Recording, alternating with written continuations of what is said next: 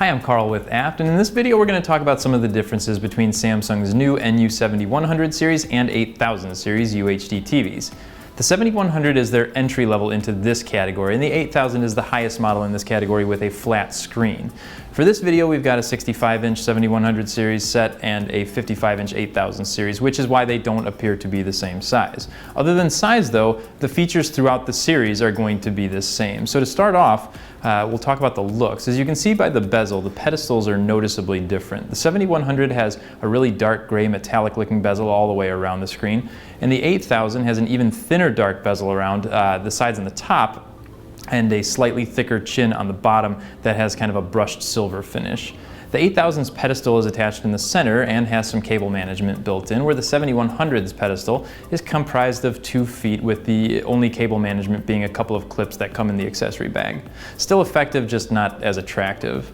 As we move to the back of the sets, you'll see some differences in the inputs. The 8000 has 4 HDMI inputs and the 7100 has 3, and both have one with an audio return channel.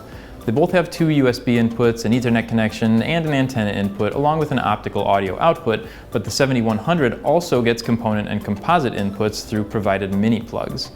As far as the built-in sound goes, the 8000 has a 2.1 channel system with a total of 40 watts, and the 7100 has a 2-channel system with a total of 20 watts. The 8000 provides a little more bass with its built-in sub, however, I'd recommend a soundbar for either set to really enhance the experience.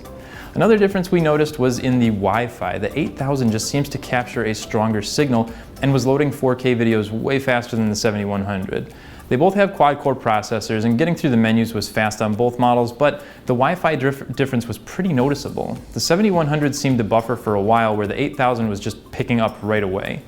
The remotes are different between the 2 units as well, with the 8000 getting the Samsung Smart Remote, which works off Bluetooth and has voice interaction.